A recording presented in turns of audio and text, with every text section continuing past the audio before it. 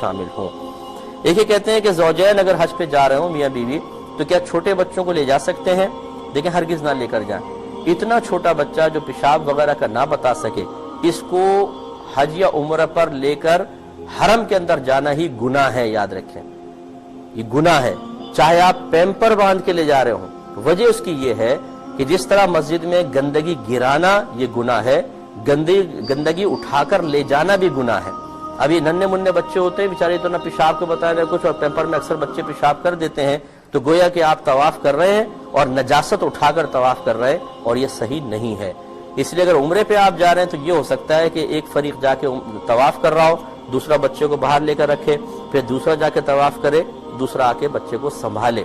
لیکن اتنے چھوٹے بچوں کو آپ اگر لے کر جائیں گے، وہ مقامی لوگ ہوتے ہیں قریبی، وہ لے آتے ہیں اور وہ بھی غلط کر رہے ہیں، اس طرح نہیں لے کے جا سکتے۔ فقہاء نے دیکھیں حدیث دیکھیں، نبی کریم صلی اللہ علیہ وسلم نے فرمایا، بخاری کی روایت ہے کہ مسجد کو پاگلوں، بچوں اور بلند آوازوں سے بچاؤ۔ تو بچوں کے بارے میں تفصیلی علماء نے لکھی ہے کہ اتنا چھوٹا بچہ جو پیشاب وغیرہ کا نہ بتا سکے اسے مسجد میں لے جانا گناہ حرام۔ اتنا بڑا بچہ جو پیشاب کا بتا سکے لیکن ادب سکھائے تو ادب نہ سیکھے، بھاگے دوڑے شور مچائے، اس کو لے جانا مکروہ تحریمی، گناہ کے نزدیک، حرام کے نزدیک ہے، گناہ گار ہوں گے۔ اور اتنا بڑا بچہ جو پیشاب وغیرہ کا بتا سکے، ادب سکھائے تو ادب سیکھ لے، اس کو مسجد لے جانا مستحب ہوتا ہے تاکہ یہ جائے اور آداب سیکھے۔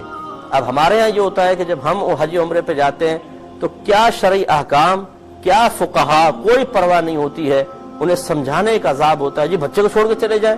تو بھائی آپ کو کوئی طواف وغیرہ کرنا کوئی فرض واجب بھی تو نہیں ہے، کوئی متبادل انتظام کریں آپ، یہ آپ کے لیے ضروری ہے، ورنہ آپ گناہ گار ہوں گے۔